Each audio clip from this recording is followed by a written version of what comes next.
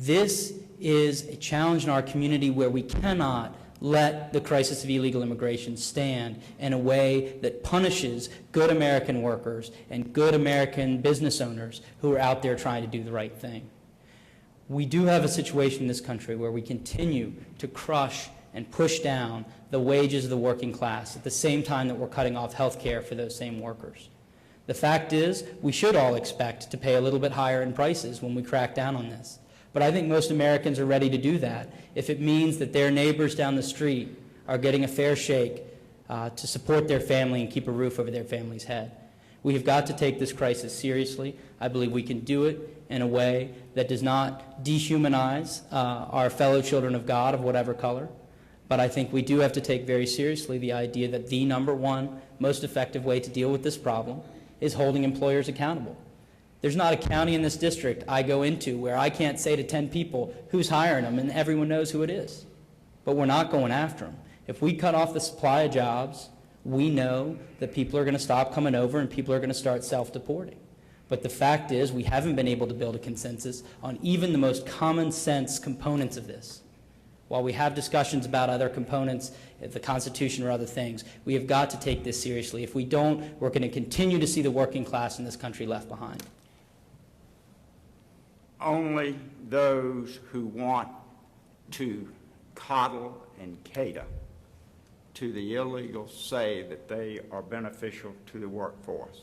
They cost us money, as I outlined in the previous question.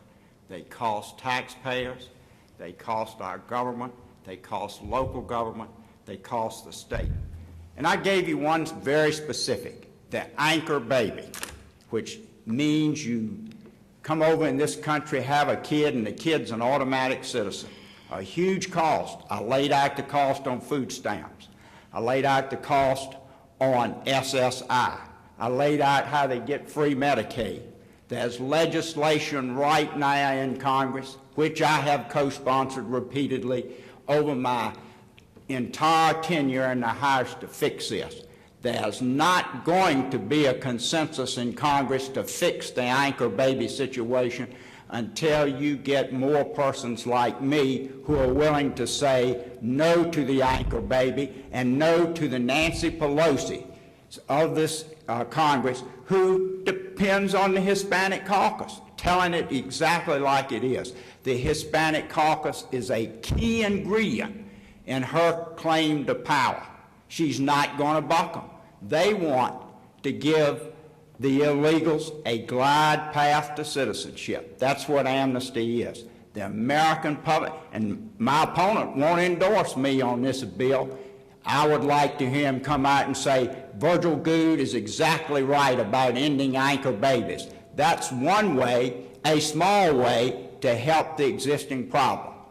He and the Democratic leadership in the House need to get on board with the American people and say no to anchor babies. But you don't have blanket anchor babies occurring day in and day out in the United States of America and having the taxpayers continue to foot the bill. They come in from Mexico, Guatemala, Salvador, and have them in this country. It's a huge impact on California hospitals, Arizona hospitals, New Mexico hospitals, and Texas hospitals. Well, first of all, let's talk about the bill.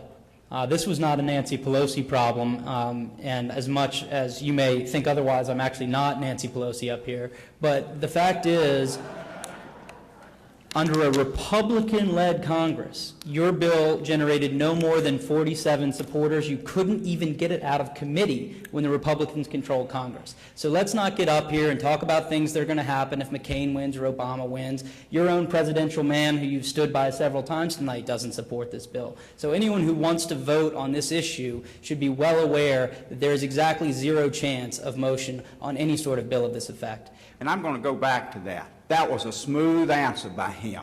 In effect, he was saying, I'm not with you. He's against ending the anchor baby situation because he wants you to buy into the notion that it can't be stopped. What we need is not people who are going to cave in and surrender under a notion it can't happen. In my view, those who support ending the anchor baby situation are right. George Bush is wrong, Nancy Pelosi is wrong, and Barack Obama is wrong. Virgil Goode and the 40 who signed the bill are right, and we are standing up for the United States of America and proud to do so.